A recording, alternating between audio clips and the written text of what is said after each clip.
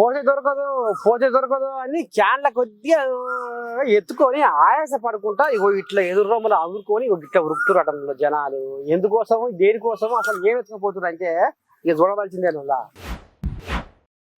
హబాబాబాబాబాబాబా ఈ జనం సదగుండా ఎద్దోడు ఎదుకెరిస్తే ఎవడో కొవ్వు కెరిచినట్టు. అబ్బా ఈ జనాలు పుణ్యానికి వచ్చిందంటే ఫినాయిల్ కూడా పోనీయరులా.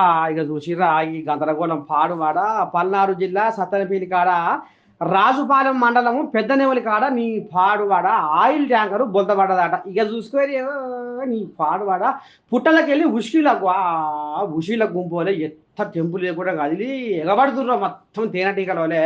నాకు నాకు నాకు నాకు జీడికంటి దాని వారు పలారముల్లో అంటే ఎట్లా ఉరుకులు పెడతారో ఎంత ఆరాటం చేస్తారో అగో గంత ఆరాటంతో జనాలు చల్లకుండా ఇగో క్యాన్లలో నింపుకొని పరారైతుర్రులా.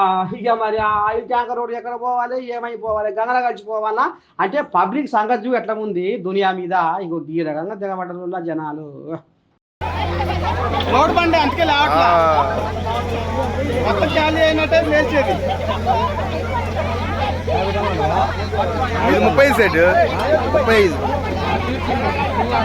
దాంట్లో మ్యాక్సిమం 10 టన్నులు పోయినాదంటారు. 1 టన్ను కూడా పోయి ఉండదు, 2-3 టన్ను కూడా పోయి ఉండదు.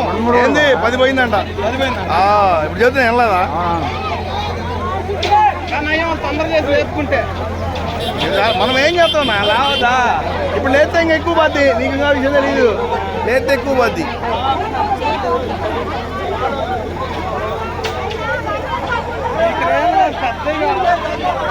ఇంకా ఈ మన ఊర్లో అయ్యే ఎక్కువ.